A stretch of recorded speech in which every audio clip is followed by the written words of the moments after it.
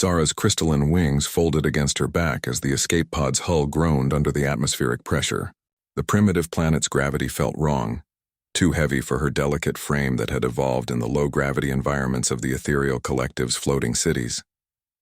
Through the cracked viewport, she watched alien trees sway in the distance, their green leaves so different from the bioluminescent flora of her homeworld. The exile had been swift and merciless. One moment she stood before the High Council, defending her research on emotional resonance theory, and the next she was being shoved into this rickety pod with nothing but emergency rations and a translation device.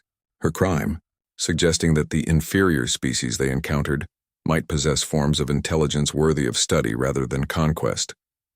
The pod's systems flickered and died as the last of its power cells drained. Zara pressed her palm against the release mechanism, feeling the familiar tingle of her bioelectric field activating the lock. The door hissed open and alien air rushed in, carrying scents she had no words for. Earth, growing things, moisture that wasn't recycled through atmospheric processors. She stepped onto the soft ground, her feet sinking slightly into what her scanner identified as decomposed organic matter, mixed with mineral particles. Soil, the primitive species called it. Everything about this world seemed so raw, so uncontrolled compared to the sterile perfection of collective space stations. Zara's pointed ears twitched at unfamiliar sounds. Creatures calling to each other in the distance, wind moving through vegetation, water flowing somewhere nearby. Her homeworld had been silent except for the hum of technology. Here life made noise simply by existing. The translation device clipped to her collar suddenly crackled with incoming signals. Local electromagnetic communications filled the spectrum, primitive radio waves carrying what seemed to be entertainment and information broadcasts. The species here had achieved basic wireless technology, but nothing approaching quantum communication networks. She began walking toward the sound of flowing water, her scanner painting a three-dimensional map in her mind. The landscape rolled in gentle hills covered with the towering plant life. Some kind of path wound between the trees, worn smooth by repeated use. The local inhabitants had been here, walking this same route countless times. As she walked, Zara's enhanced hearing picked up something that made her freeze. Footsteps, heavy, rhythmic, approaching from ahead. Her training kicked in immediately. Collective doctrine classified this world's dominant species as potentially hostile, unpredictable, prone to violence. She pressed herself against one of the larger plant trunks, hoping her naturally pale skin would blend with the bark.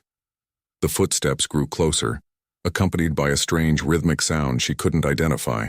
Through the vegetation, she caught her first glimpse of one of them.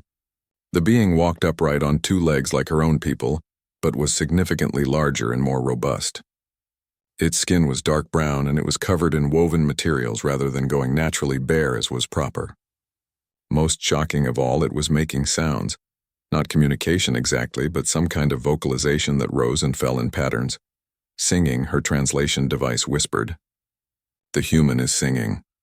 Zara pressed closer to the tree, studying this first real encounter with the species her people planned to subjugate. The being, the human, moved with an easy confidence through its environment, clearly comfortable and familiar with every part of this wild landscape. It paused occasionally to examine plants or listen to animal calls, showing a connection to its world that no collective citizen possessed. As the human passed closer, Zara caught her first clear look at its face. The features were alien but somehow not repulsive as she had been taught to expect. The human's expression held something she recognized from her own people in rare, unguarded moments. Contentment, a simple pleasure in being alive and moving through the world. Her foot shifted slightly, disturbing some of the ground debris. The human stopped immediately, its head turning in her direction with startling quickness. For a moment they stared at each other through the gaps in the vegetation, alien eyes meeting alien eyes across an evolutionary gulf measured in light years and millions of years of separate development. Zara expected the human to react with fear or aggression as collective xenobiologists predicted. Instead, the being's face showed surprise, melting quickly into something that looked almost like concern. It made soft sounds, words her translator was still processing. When the device finally rendered them, she was stunned by their content. Are you hurt? Do you need help? The human had seen something clearly not of its world, and responded not with violence or terror, but with an offer of assistance. Zara's training warred with her scientific curiosity, and beneath that, something deeper, a loneliness she had never acknowledged during her years of sterile research. She remained motionless, studying the human who continued to speak in gentle tones, apparently trying not to frighten her. The being made no sudden movements, showed no signs of preparing for attack. Its body language spoke of caution but also genuine concern for her welfare.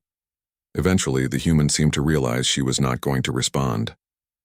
It reached into a container it carried and placed something on the ground between them, wrapped bundles that her scanner identified as preserved foodstuffs in a container of clean water. Then it stepped back, speaking again in those same careful tones. "I'll leave these here for you. There's a cabin about 2 miles that way if you need shelter. I check this trail every few days." The human turned and continued down the path, but its movement was slower now, and it looked back several times before disappearing around a bend in the trail. Zara waited long minutes before emerging from her hiding place to examine what had been left for her. The food packages bore images of their contents and symbols she assumed were preparation instructions. The water container was clear, allowing her to see the liquid inside was clean and pure. A complete stranger had seen her, recognized her as something alien and possibly dangerous, and responded by offering supplies for her survival.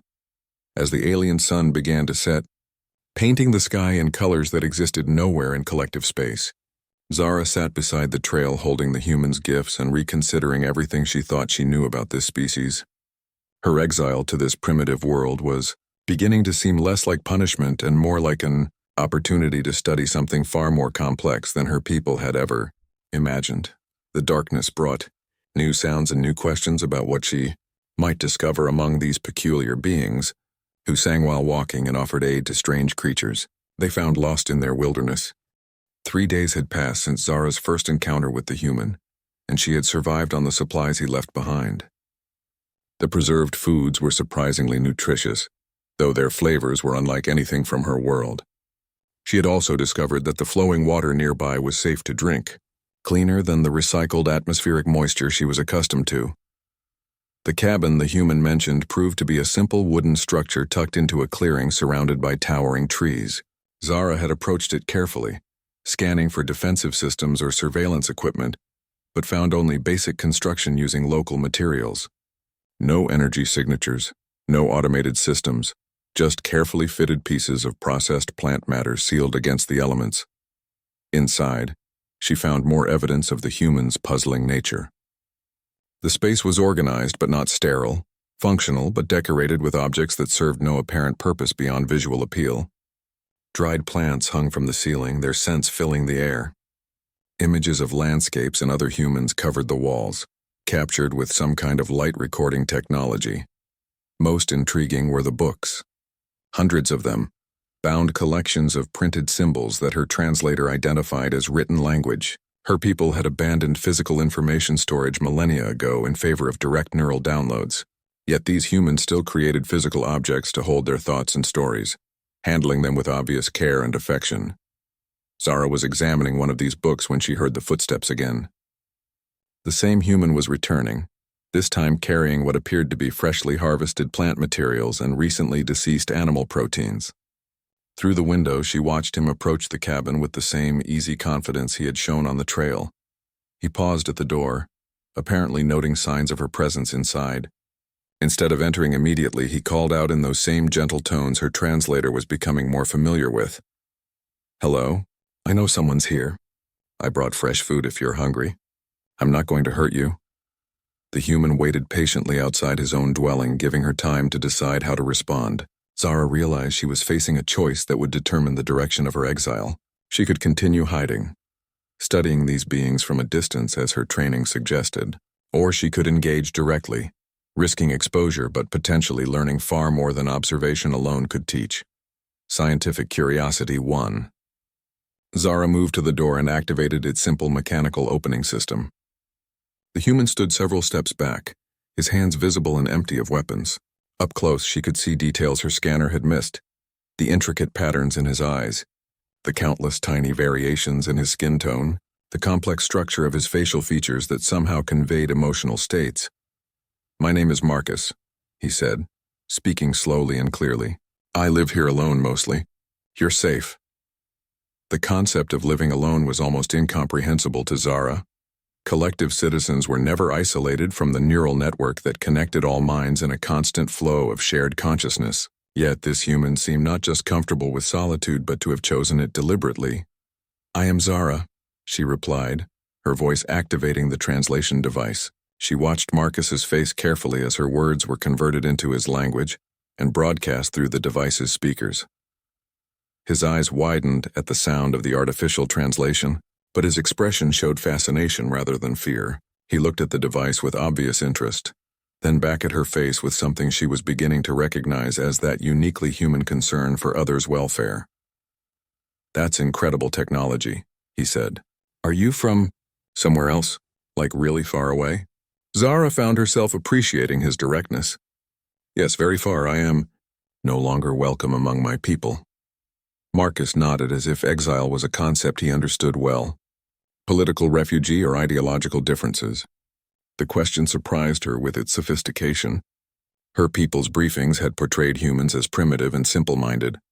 Yet this one immediately grasped the complex reasons why someone might be cast out from their society. I suggested that other species might possess valuable forms of intelligence, she said carefully. This was considered dangerous thinking. Something shifted in Marcus's expression, understanding, perhaps even approval. Yeah, that sounds like something that would get you in trouble with certain types of authority figures. Come inside. Let me show you how the cabin works. Over the next hour, Marcus demonstrated the human dwelling's various systems with a patience that amazed Zara. He showed her how to operate the wood-burning heating system, how to pump water from the underground well, how to use the simple but effective waste disposal facilities. Everything was manual, requiring physical interaction rather than neural commands.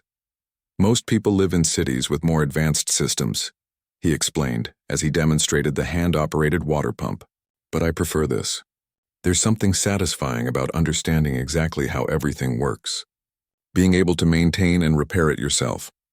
Zara watched his hands work the pump mechanism, noting the unconscious skill that came from years of practice. Her people had automated such tasks so completely that most collective citizens had never touched the systems that sustained their lives. Why do you live alone? She asked. Marcus paused in his demonstration, his expression becoming more complex. I used to be a soldier, saw some things, did some things that made it hard to be around people for a while. Out here I can think clearly, figure out who I want to be. The honesty of his answer struck her profoundly. In the collective, personal struggles were immediately addressed by neural adjustment protocols. The idea of working through psychological challenges over time, alone with no technological assistance, seemed both primitive and remarkably brave. Your people, Marcus continued. They sound like they have pretty rigid ideas about what's acceptable to think. Conformity ensures stability, Zara recited automatically, then stopped. That is what we are taught. But you don't believe it? The question hung in the air between them. In the collective, doubt was detected and corrected before it could fully form. Here this human was inviting her to explore thoughts that would have triggered immediate intervention at home. I believe, she said slowly, that diversity of thought leads to stronger solutions, that different perspectives reveal truths invisible to uniform viewpoints. Marcus smiled, and she realized it was the first genuine smile she had ever seen. In the collective, emotional expressions were modulated to prevent social disruption. This human's face showed unmistakable pleasure at her words, approval for thoughts her own people had condemned. I think you're going to like it here, he said. Humans are excellent at disagreeing with each other about everything. It drives us crazy sometimes, but it also means we're always reconsidering what we think we know. As evening fell, Marcus prepared food using the materials he had brought, fresh vegetables from what he called his garden, and preserved meat from animals he hunted himself. The entire process involved direct manipulation of raw materials, transforming them through the application of heat and various plant-derived seasonings into something far more complex and flavorful than anything produced by collective nutrition systems. They ate together as darkness settled over the forest. Marcus telling stories about his world while Zara struggled to process the staggering complexity of human society. They had thousands of different cultures, languages, belief systems, and political organizations, all existing on the same planet without central coordination. "How do you survive the chaos?" she asked. Marcus laughed, another sound she had never heard from her own people. "Mostly we don't. We fight, we make mistakes, we cause problems. But we also create amazing things, solve impossible problems, and occasionally surprise ourselves with how good we can be to each other." As they talked through the evening, Zara began to understand that her exile might not be the punishment her people intended. Instead, it was becoming the greatest research opportunity of her life, a chance to study a species whose chaotic diversity might hold keys to questions the collective had never thought to ask. 2 weeks into her stay at Marcus's cabin, Zara experienced her first human celebration. Marcus had mentioned that other humans occasionally visited, but she was unprepared for the group that arrived on what he called a Saturday morning. 7 humans of various ages and physical configurations came walking up the trail, carrying bundles of food and what Marcus explained were musical instruments. "Annual camping trip," Marcus told her as they watched the group approach. "These are my old army buddies and their families. I told them about you. Hope that's okay. They're curious, but they're good people." Zara felt a familiar flutter of anxiety that her people would have immediately suppressed with neural dampeners. Here, she had to experience the full emotional response as it ran its course. Strangely, the sensation was not entirely unpleasant. It sharpened her awareness and made the moment feel more significant. The humans' reactions to meeting an actual alien varied dramatically. The children approached with fearless curiosity, asking direct questions about her wings, her skin color, and whether she could fly. The adults were more cautious but equally fascinated, though their questions focused on her journey to Earth and what her home was like. What struck Zara most was their complete lack of uniformity in response. Each human processed the encounter differently, based on their individual experiences and personalities. One woman, introduced as Dr. Sarah Chen, immediately began discussing the biological implications of her wing structure. A man named Robert wanted to know about her spacecraft's propulsion systems. The children simply wanted to know if she liked the same games they did. "In my culture," Zara explained as they sat around Marcus's fire pit that evening, "meeting an alien species would be handled by specialized diplomatic protocols. Everyone would respond according to predetermined procedures." "Sounds efficient," said Sarah, who was examining Zara's wing membrane with scientific fascination, "but also kind of limiting. How do you handle unexpected situations if everyone follows the same script?" The question highlighted something Zara was only beginning to understand about human society. Their lack of central coordination wasn't a weakness, it was a feature. When faced with novel challenges, they could generate dozens of different approaches simultaneously, testing multiple solutions until something worked. Over the next 3 days, she observed human social dynamics with growing amazement. They argued constantly about the best way to cook food, about whether certain sounds constituted music, about events in their history, about what might happen in their future. Yet these arguments seemed to strengthen rather than weaken their relationships. "Why do you disagree so much?" she asked Marcus as they watched Robert and another man named James engage in what appeared to be a heated debate about different methods of starting fires. "Because disagreement is how we figure things out," Marcus replied. "Robert's way works great in dry conditions, but James's method is better when everything's wet. By arguing about it, everyone learns both techniques. In the collective, such inefficiency would be eliminated immediately. The optimal fire starting method would be determined once and programmed into everyone's neural database. But watching these humans, Zara realized their inefficient approach produced something her people had lost: resilience. The revelation became even clearer when young Tommy, one of the children, wandered too close to the river and fell in. The response was immediate and chaotic. Multiple adults rushed to help, each taking different actions. Sarah grabbed emergency medical supplies. Robert waded in to assist with the rescue. Marcus organized the others to clear a path, and James began preparing warm, dry clothes. No one was in charge. No one followed a predetermined protocol. Yet the child was rescued, warmed, dried, and comforted in a matter of minutes through the spontaneous coordination of individuals making independent decisions based on their unique skills and positions. "In my culture," Zara told them that night, "such an emergency would require communication with central coordination, assignment of specific roles based on official qualifications, and execution according to standard procedures.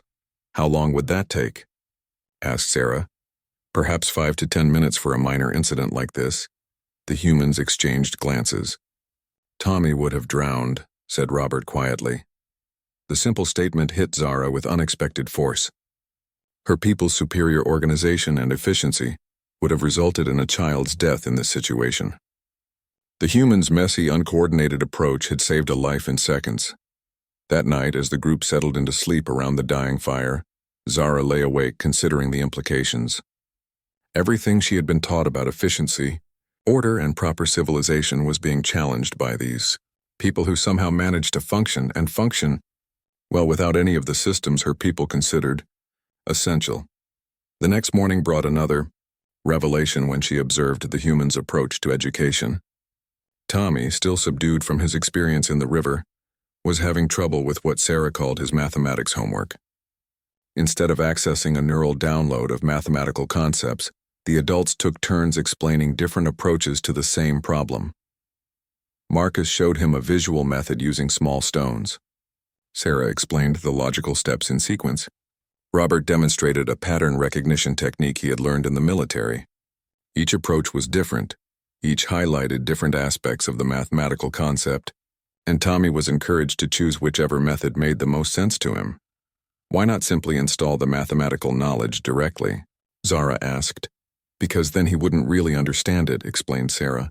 When you struggle to learn something, when you have to approach it from different angles and make the connections yourself, it becomes part of how you think. It changes you. Zara thought of her own education, instantaneous downloads of approved information, immediate access to any factual data she might need, neural adjustments to correct any confusion or misconceptions. She had never struggled to learn anything, never had to approach a problem from multiple angles, never experienced the satisfaction she now saw on Tommy's face when the mathematical concept finally clicked into place. Your people, she said slowly, they grow stronger by overcoming difficulties. Well, we hope so, said Marcus. Sometimes difficulties just break us. But yeah, generally speaking, easy lives don't produce capable people. That afternoon, as the group prepared to leave, each human took time to speak with Zara individually. They offered different perspectives on her situation, different advice about living among humans, different invitations to visit them in their own communities. Once again, no central authority coordinated their responses. Each person simply offered what they felt might be helpful. Sarah left her contact information and an invitation to visit her research laboratory. Robert gave her detailed maps of the surrounding area with safe routes marked. James, who worked in agriculture, explained how she could supplement Marcus's garden with crops that might be more familiar to her alien physiology. The children, with the casual generosity of the young, simply offered their friendship. They made plans to visit again soon, promised to bring her books she might enjoy, and asked if she would teach them about her homeworld when they returned. As the group disappeared down the trail, Zara stood beside Marcus watching them go. Her translation device picked up their continuing conversations, arguments about the best route home, debates about what they had learned from meeting her, discussions about how her presence might change their understanding of the universe. They will tell others about me, she said. It was not a question. Probably, Marcus admitted. Is that a problem? Zara considered the question. In the collective, unauthorized contact with alien species was a serious crime. But these humans seemed to operate on entirely different principles. Their chaotic, uncontrolled approach to information sharing would normally horrify her. Instead, she found herself curious about what would happen when word of her presence spread through their society. How would different groups respond? What new perspectives might emerge from their inevitable disagreements about what her presence meant? No, she said finally. I think it might be very interesting indeed. Within a month of the camping trip, Zara's existence became what Marcus called an open secret among a growing network of humans. Word spread not through official channels but through personal relationships, Sarah told her research colleagues. Robert mentioned her to his veterans group, and the children couldn't resist sharing the amazing story of their alien friend with classmates and teachers. The response was everything Zara had come to expect from humans. Completely unpredictable and utterly chaotic. Some reacted with skepticism, demanding proof. Others accepted the news with immediate excitement and curiosity. A few expressed fear about the implications of alien contact. Many simply wanted to meet her themselves. "This is fascinating from an anthropological perspective," said Dr. Elizabeth Warner, a university professor who had driven 6 hours to interview Zara. "Your people's neural networking would eliminate the kind of information cascade we're seeing here. How do they handle the spread of potentially disruptive knowledge? Central coordination evaluates all information before distribution," Zara explained. "Potentially harmful or destabilizing data is either modified or restricted to appropriate authorization levels." Dr. Warner made notes with an actual writing instrument, another charmingly primitive human practice.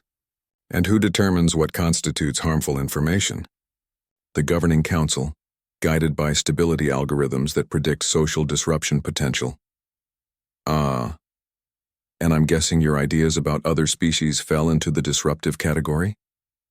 Zara's crystalline wings shifted as she considered the question. "Yes. The council determined that recognizing intelligence in lesser species might lead to questioning our expansion policies, which could destabilize our civilization's growth trajectory. Whereas here," Dr. Warner observed, "questioning authority is practically a recreational activity. The more disruptive an idea is, the more likely someone is to argue about it publicly." This conversation took place in what Marcus had described as a controlled introduction, carefully arranged, meetings with selected humans who had professional reasons for discretion. But Zara was learning that human discretion was a relative concept. Dr. Warner belonged to something called the Search for Extraterrestrial Intelligence Institute, and while she honored her promise not to publicly announce Zara's presence, she couldn't resist sharing the philosophical implications with her colleagues. Within days, Zara found herself in video conferences with scientists around the globe, each bringing their own cultural perspectives to the discussion.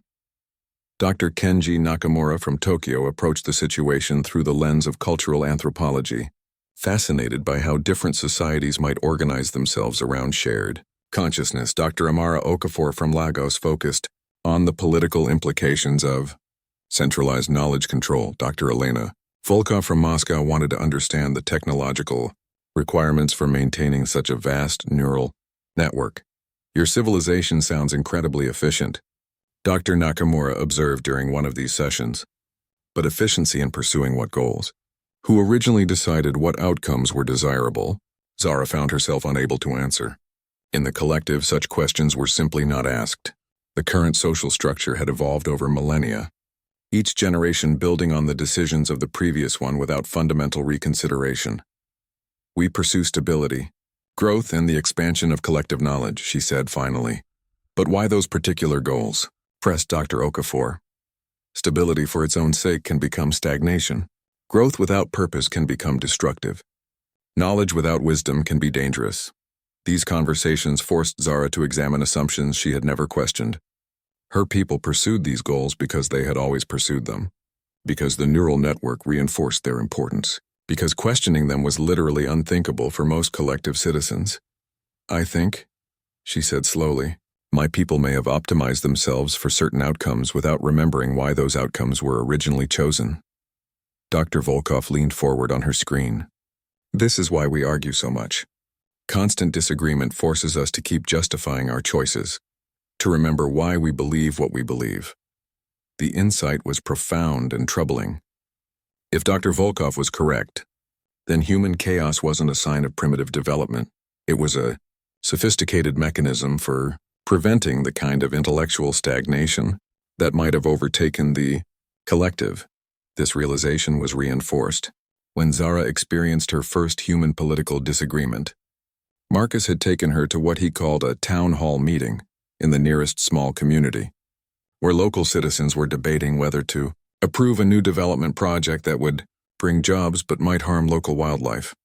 The meeting was everything she had learned to expect from human gatherings: loud, passionate, and completely uncontrolled. Citizens stood up to argue for both sides, presenting evidence, sharing personal experiences, and challenging each other's assumptions. No central authority guided the discussion or predetermined the outcome.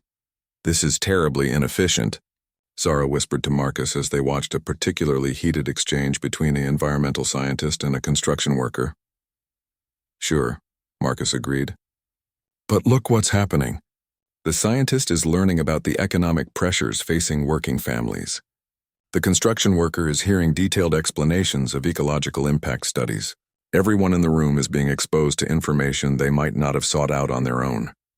Indeed, Zara could see that positions were shifting as the debate continued. People who had arrived with firm opinions were asking questions, reconsidering their stances or at least acknowledging the validity of opposing concerns. The process was messy and time-consuming, but it was producing something remarkable, genuine learning and adaptation in real time. In the collective, she murmured, the optimal solution would be calculated based on all available data and implemented immediately. And if the calculation was wrong? Marcus asked. Zara had no answer.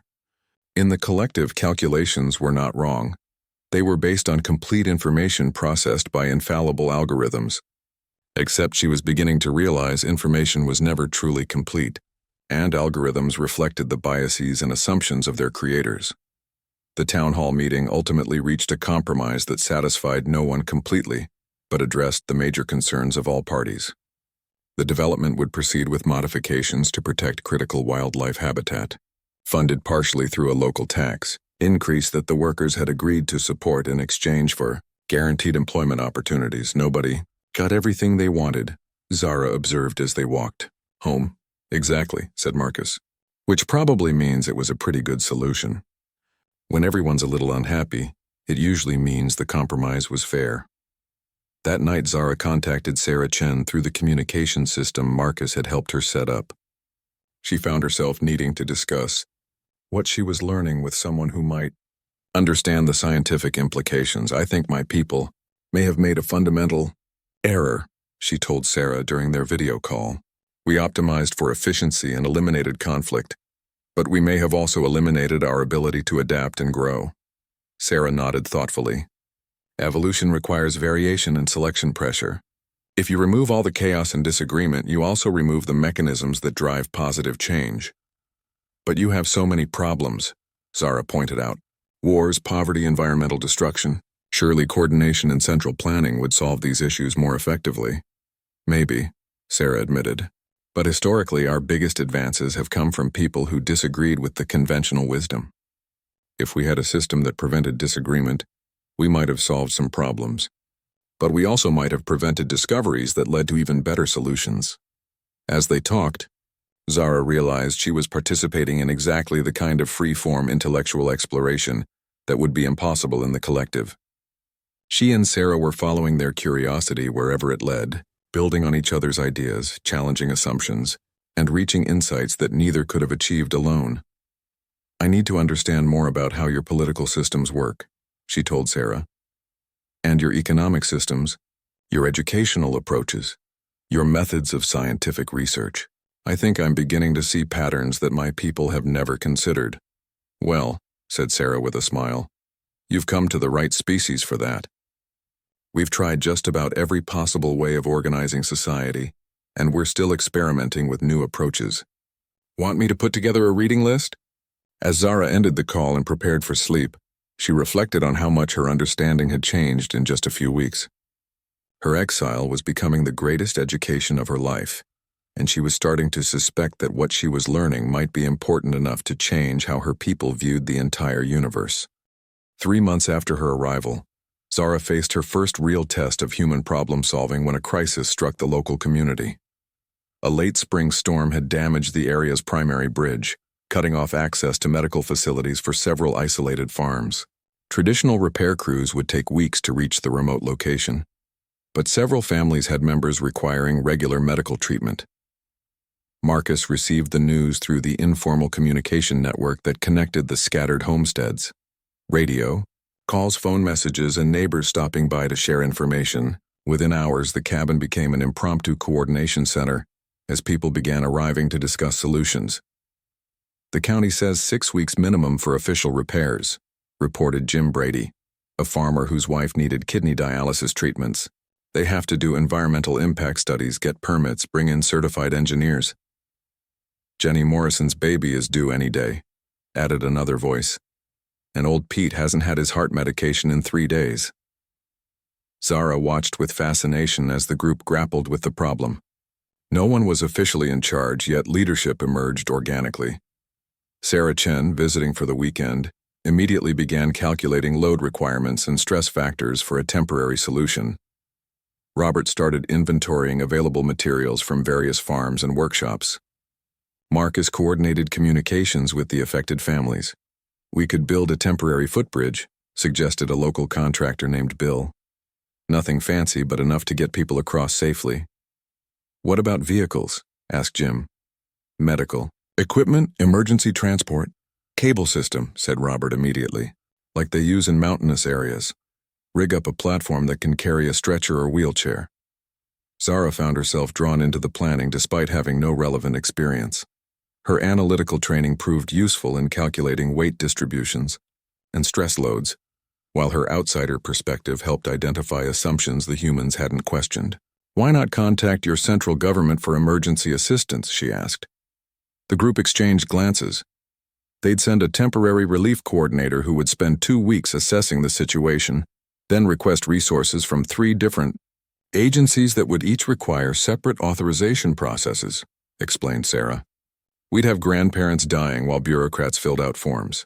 So you simply ignore official authority? We work around it, Marcus clarified. Government has its place, but when people need immediate help, communities have to take care of themselves. Over the next 3 days, Zara observed human cooperation operating on a scale she had never imagined possible, without central coordination. Volunteers arrived from dozens of miles away, bringing tools, materials, and expertise. A retired bridge engineer drove down from the state capitol after hearing about the problem through a friend of a friend. College students on spring break showed up with energy and strong backs. The temporary bridge took shape through what appeared to be controlled chaos. Multiple work crews operated simultaneously, each focused on different aspects of the project, but somehow avoiding conflicts or duplication of effort. When problems arose, they were solved through immediate consultation and rapid iteration rather than formal planning processes. How do you coordinate so many people without a command structure? Zara asked Sarah as they watched teams working. On foundation posts, cable anchors, and decking simultaneously. Shared understanding of the goal and trust in individual competence, Sarah replied. Everyone knows we need to get people across safely. Everyone contributes what they can. We adjust as we go. The concept was alien to Zara's experience. In collective projects, every action was planned in advance, every role clearly defined, every contingency anticipated. This human approach seemed impossibly messy, yet it was producing results faster than formal planning could have achieved. More importantly, it was producing innovation. When the group discovered that standard cable anchoring techniques wouldn't work in the local soil conditions, 3 different engineers proposed alternative approaches within minutes. They tested all 3 methods simultaneously, combined the best features of each, and implemented a hybrid solution that was stronger than any single approach. In my culture, Zara told Marcus that evening, such a project would require months of analysis to determine optimal methodology. And you'd probably come up with a better technical solution, Marcus admitted, but we'd have lost people while you were planning. The bridge opened 4 days after construction began. It wasn't elegant. The engineering was functional, rather than aesthetic. The materials were whatever could be gathered quickly, and the entire structure had an improvised quality that would never meet collective construction standards. But it worked perfectly. Families could access medical care, emergency vehicles could cross when needed, and the community had regained essential connectivity. More than that, the project had strengthened social bonds between people who had worked together to solve a shared problem. This temporary solution may actually be superior to the original bridge, observed the retired engineer who had volunteered his expertise. It's more flexible, easier to maintain, and the community now has the knowledge and experience to repair or modify it themselves. Zara realized she was witnessing something profound, human resilience in action. These people had faced a significant challenge and responded not by waiting for external authority to solve their problem, but by mobilizing their collective capabilities to create their own solution. Even more impressive was what happened after the bridge was completed. The volunteer teams didn't simply disperse.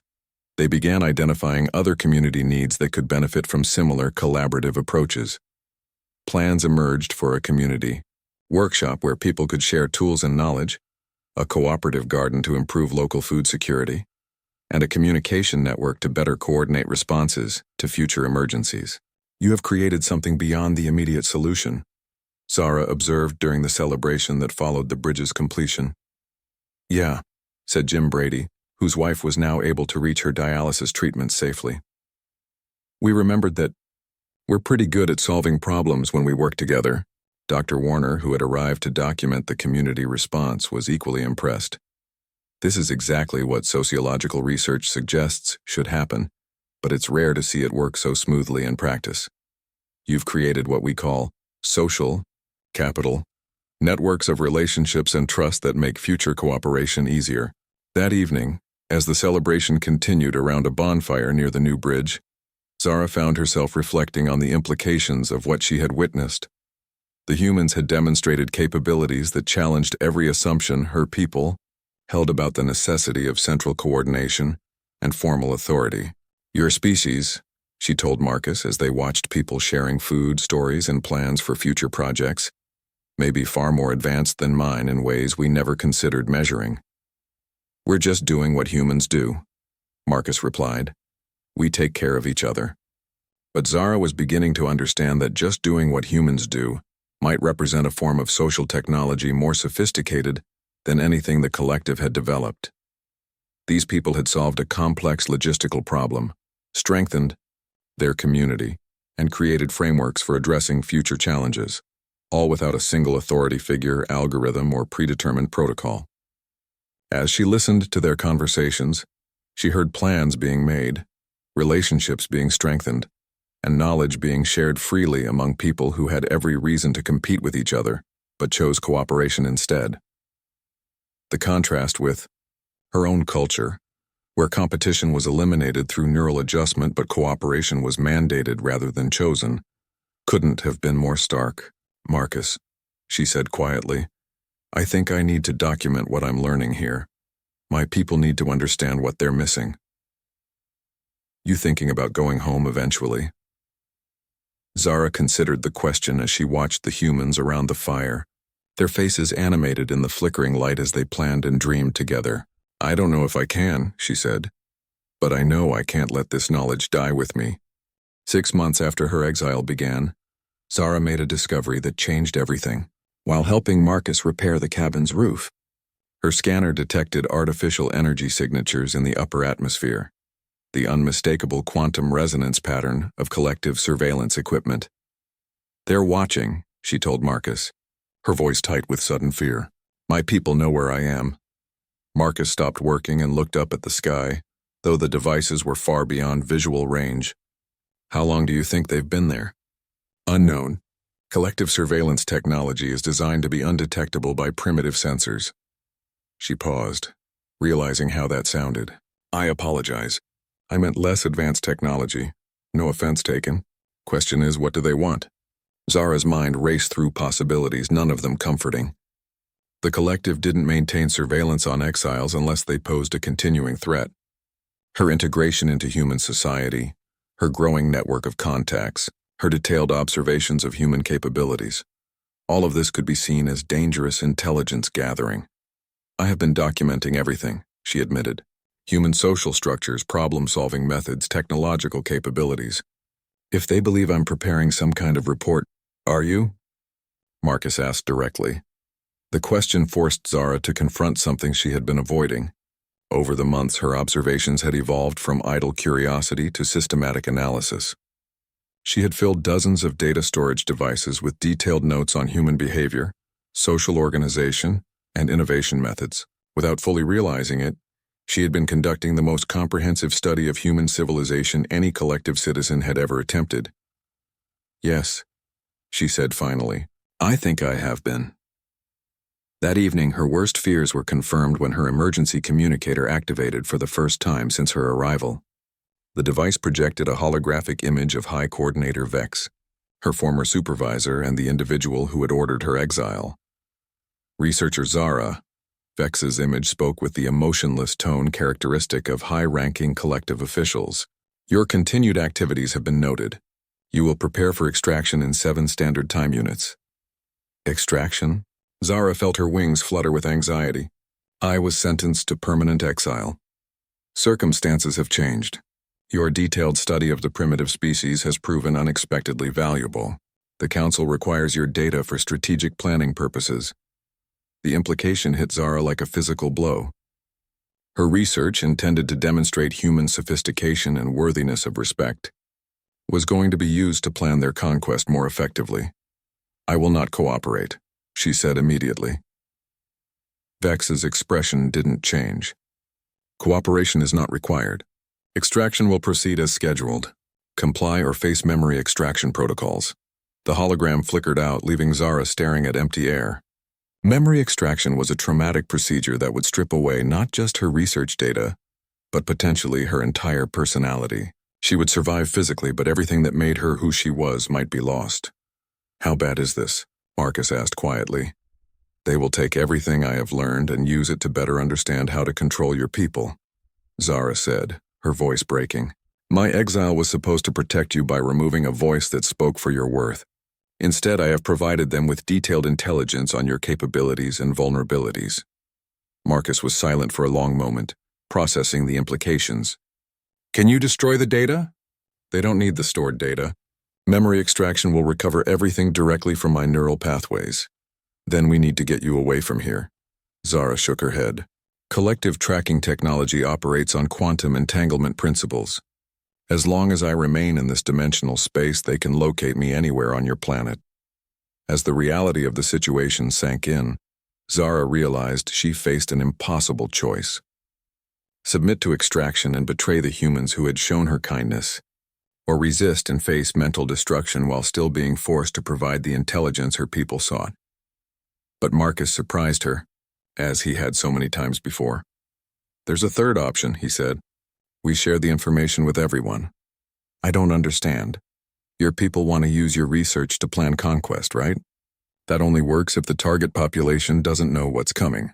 But if we tell everyone what you've learned about your people's plans, their capabilities, their weaknesses, then the intelligence becomes useless for surprise attacks.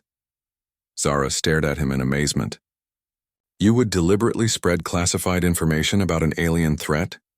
Zara, we're humans. Spreading classified information about threats is pretty much our specialty. Give us 48 hours and half the planet will know everything you've learned about your people. The audacity of the plan was breathtaking. Instead of trying to suppress the intelligence, Marcus proposed to disseminate it so widely that it would lose its strategic value. But the approach carried enormous risks. If your people learn about the collective threat, they will panic, Zara warned. Social chaos, economic collapse, potential nuclear conflict as nations blame each other for the alien presence. Marcus grinned, and she realized she was seeing that uniquely human expression that meant someone was about to do something both brilliant and completely reckless. Or, he said, we'll do what humans do best when faced with an external threat. We'll stop fighting each other and start working together. Within hours, Marcus had activated the same informal networks that had organized the bridge construction. But instead of mobilizing local resources, he was coordinating a global information dissemination campaign that would have impressed collective intelligence services with its sophistication. Sarah Chen contacted her colleagues in the scientific community. Dr. Warner reached out to academic networks worldwide.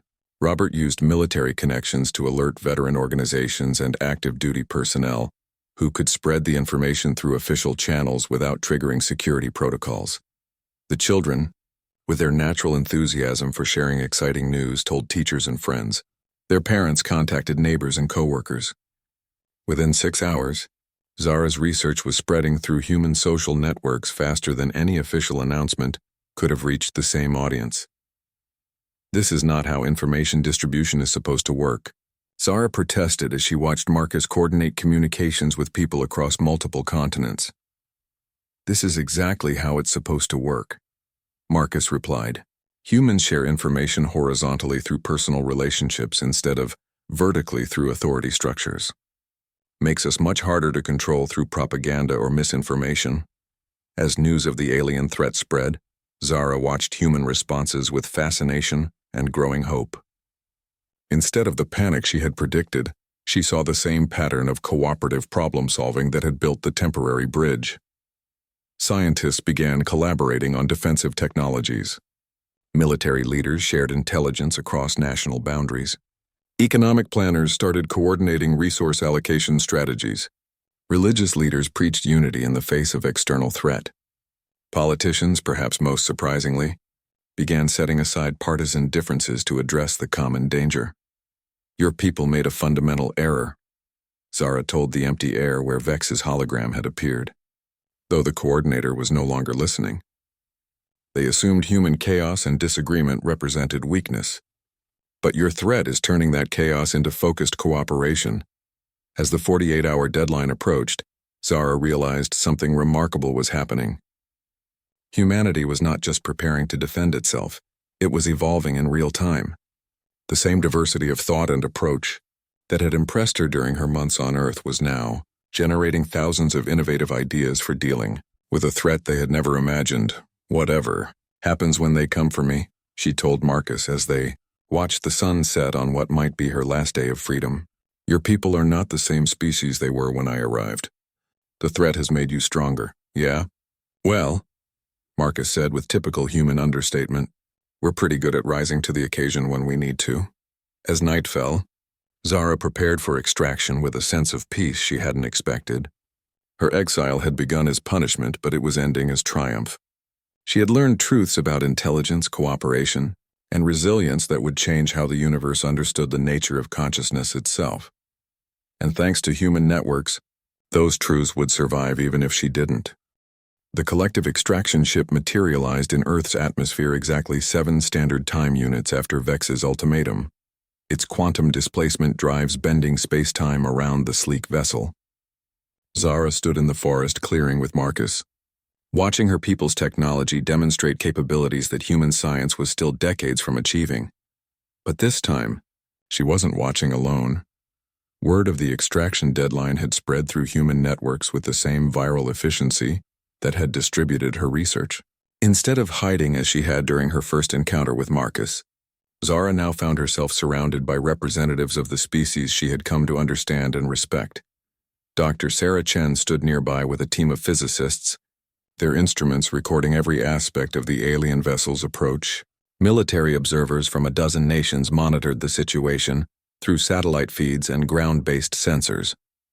Most importantly, journalists and ordinary citizens were documenting everything, ensuring that humanity's first official contact with an alien civilization would be witnessed by the entire world. Quite a reception committee, Marcus observed as the ship settled to the ground with no more sound than a whisper of displaced air. This is not what the collective expected, Zara agreed, feeling a mix of pride and terror at what was about to unfold. The ship's airlock opened with mechanical precision, and High Coordinator Vex emerged flanked by 4 enforcement specialists in full tactical gear. Zara recognized the formation, standard protocol for retrieving potentially hostile assets from primitive worlds. Her people expected resistance from inferior beings who wouldn't understand the futility of opposing collective authority. What they found instead was something they had no protocols for. Marcus stepped forward, not in challenge but in greeting. High Coordinator Vex, I presume. I'm Marcus Chen, Zara's friend and neighbor. Welcome to Earth. Vex's expression showed the confusion of a being encountering a situation outside all previous experience. The primitive native was not displaying fear, aggression, or submission. Instead, he was extending what appeared to be a diplomatic courtesy. You will withdraw to a safe distance while we retrieve our subject, Vex announced, his voice carrying the automatic authority of someone accustomed to instant obedience. Actually, said Dr. Chen, stepping up beside Marcus, we'd like to discuss some concerns we have about Zara's treatment. More humans moved forward, not in a threatening manner but with the quiet confidence of people who had every right to be where they were. The enforcement specialists reached for their weapons but Vex stopped them with a gesture. These primitive beings weren't attacking, They were trying to negotiate. "This planet is outside collective jurisdiction," Vex stated, falling back on legal protocols. "Your concerns are irrelevant." "See, that's where you're wrong," said Robert the veteran, his military bearing evident even in civilian clothes. "When you exile someone to our world, they become our concern. Zara's not just your subject anymore, she's our neighbor, our friend, and under the protection of human law." Zara watched in amazement as more humans emerged from the forest, not just the locals she knew, but representatives from governments, universities, and organizations around the world. They had coordinated a response to alien contact without central authority, without predetermined protocols, using nothing but their natural ability to organize through personal relationships and shared purpose. "This is unprecedented," Vex said, and for the first time Zara heard uncertainty in his voice. "Everything about this situation is unprecedented," agreed Dr. Elizabeth Warner, stepping forward with the authority of someone accustomed to complex negotiations, which is why we propose to handle it through dialogue rather than assumptions. What followed was perhaps the most important conversation in the history of both species. Vex, trained to deal with either submission or resistance from primitive worlds, found himself facing something completely different. Humans who acknowledged collective technological superiority but refused to accept that might made right. "Your subject violated the terms of her exile by conducting intelligence gathering activities," Vex explained, clearly expecting this to end the discussion. "Zara studied our society because she was curious about us," replied Dr. Chen. "She shared her findings because she believed her people needed to understand that we're more complex than they assumed. That's not espionage, that's education. The distinction is irrelevant. She will be extracted for debriefing." "No," said Marcus simply. "She won't." The quiet certainty in his voice seemed to affect the collective delegation more than threats or weapons might have. Vex's tactical training had prepared him for violence or capitulation, not polite but absolute refusal to comply. "You cannot prevent this extraction," Vex stated. "Probably not," Marcus agreed. "Your technology is far superior to ours, but we can make it meaningless." Sarah stepped forward with a data pad displaying global communication networks. "Every piece of information Zara gathered has been shared with our entire species. Her observations about human capabilities, collective weaknesses, strategic vulnerabilities, all of it is now public knowledge. Whatever intelligence value you hoped to gain from her research no longer exists." Vex's expression shifted as he processed the implications. "You have contaminated our strategic intelligence." "We've democratized it," corrected Dr. Warner. "Information wants to be free, as we say. Your mistake was thinking you could control knowledge by controlling one individual." For the first time in the conversation, Zara spoke up. "Coordinator, there is something else you need to understand. These humans have changed me. The individual you seek to extract no longer exists." Vex turned to her with something approaching alarm. "Explain." "I have learned to think independently, to question authority, to value diversity of thought over conformity. The neural patterns you seek to extract are no longer compatible with collective consciousness. My memories would be as dangerous to your society as my research has been to your strategic plans." The truth of this statement was evident in Zara's bearing. Her confidence, the way she stood among humans as an equal rather than observing them as specimens. Months of exposure to human ideas had fundamentally altered her consciousness in ways the collective had never anticipated. Vex conferred quietly with his specialists, their words inaudible but their body language increasingly agitated. Finally, he turned back to the assembled humans. "Proposal. We will withdraw our extraction demand in exchange for a formal treaty establishing this world as neutral territory." "Counter-proposal," said Dr. Warner immediately. "We establish formal diplomatic relations between our species, with Zara serving as our first cultural exchange representative." The negotiation that followed lasted 6 hours and involved input from humans around the globe through real-time communication networks. Zara watched with fascination as her adopted species demonstrated their natural gift for complex problem-solving, turning a potential conflict into an opportunity for mutual benefit. The final agreement established Earth as an independent world with protected status, created frameworks for cultural and scientific exchange, and recognized Zara's right to choose her own future. Most importantly, It formalized humanity's position as equals in galactic civilization rather than subjects for conquest. This outcome was not predicted by any collective strategic analysis, Vex admitted as the agreements were finalized. Because your analyses assumed we would respond as individuals, explained Marcus. You didn't account for our ability to become more than the sum of our parts when we work together. As the collective delegation prepared to depart, Vex approached Zara privately. You have contaminated yourself with primitive thinking patterns. This can still be corrected. Zara looked at the humans around her. Marcus with his quiet strength, Sarah with her brilliant curiosity, Robert with his protective loyalty, Dr. Warner with her diplomatic wisdom, and dozens of others who had become family during her exile. No, she said firmly, I have not been contaminated. I have been liberated. Years later, as the first human diplomatic mission prepared to visit collective space, Zara reflected on how completely her world had changed. She served as humanity's ambassador to the stars, helping to spread human ideas about freedom, cooperation, and the value of diversity throughout the galaxy. The collective still existed, but it was no longer monolithic. Zara's reports and the example of human achievement had inspired questioning minds among her own people. Some worlds within the collective had begun experimenting with reduced neural networking, allowing for individual thought and expression. Others had requested human advisors to help them develop more flexible social structures. Did you ever imagine it would turn out like this? Marcus asked as they watched the diplomatic ship prepare for departure. Zara smiled, an expression she had learned from humans and could never have imagined making during her time in the collective. No, she said, but that's the wonderful thing about humans. You make the impossible seem inevitable. As the ship launched toward the stars, carrying humans to meet other species as equals rather than subjects, Zara understood that her exile had become something far greater than punishment or rescue. It had become the first step in a transformation that would change the galaxy forever.